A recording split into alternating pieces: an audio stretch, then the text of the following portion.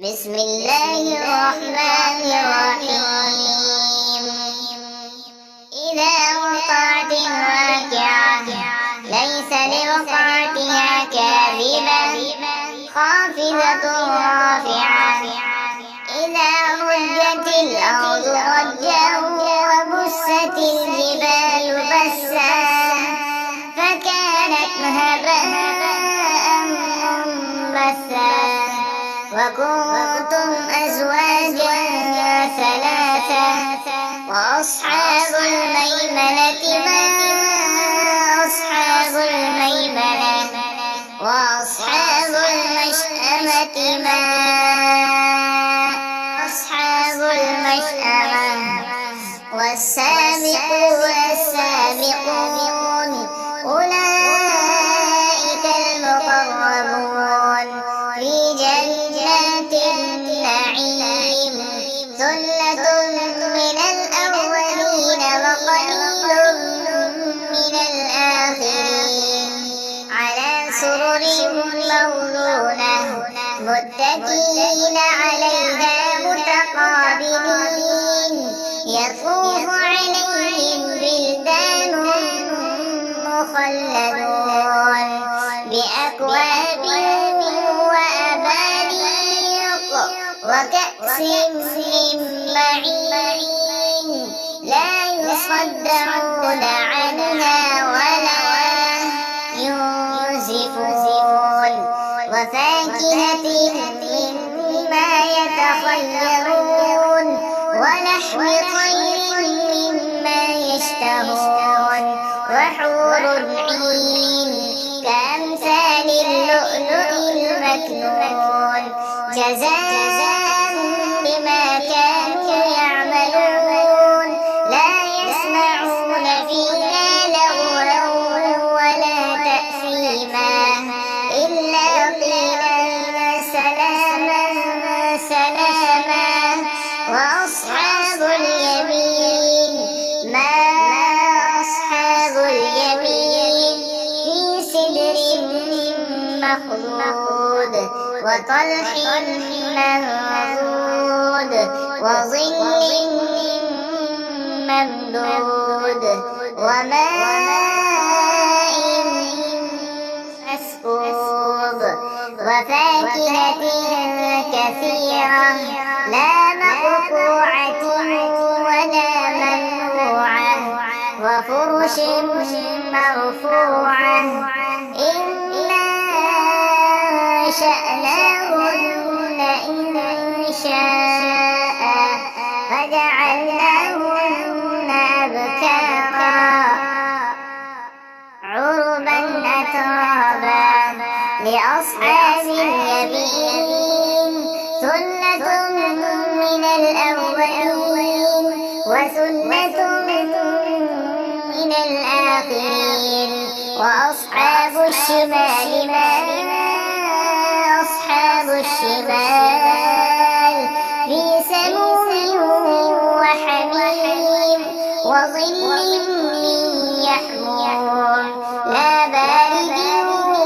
ولا كريم. إنهم كانوا قبل ذلك مترفين وكانوا يصرون على الحنث العظيم وكانوا يقولون إذا متنا وكنا ترابا وعظاما أئنا لمبعوثون أوآباؤنا الأولون قل إن الأولين والآخرين لمجموعون إلى ميقات يوم معلوم. ثم إنكم أيها الضالون المكذبون لآكلون من شجر من زقوم فمالئون منها البطون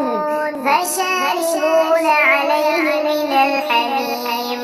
فشاربون شرب الهيم هذا نزلهم يوم الدين نحن خلقناكم فلا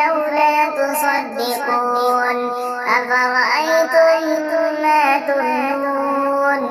أأنتم تخلقونه أم نحن الخالقون نحن قدرنا بينكم الموت وما نحن بمسبوقين على أن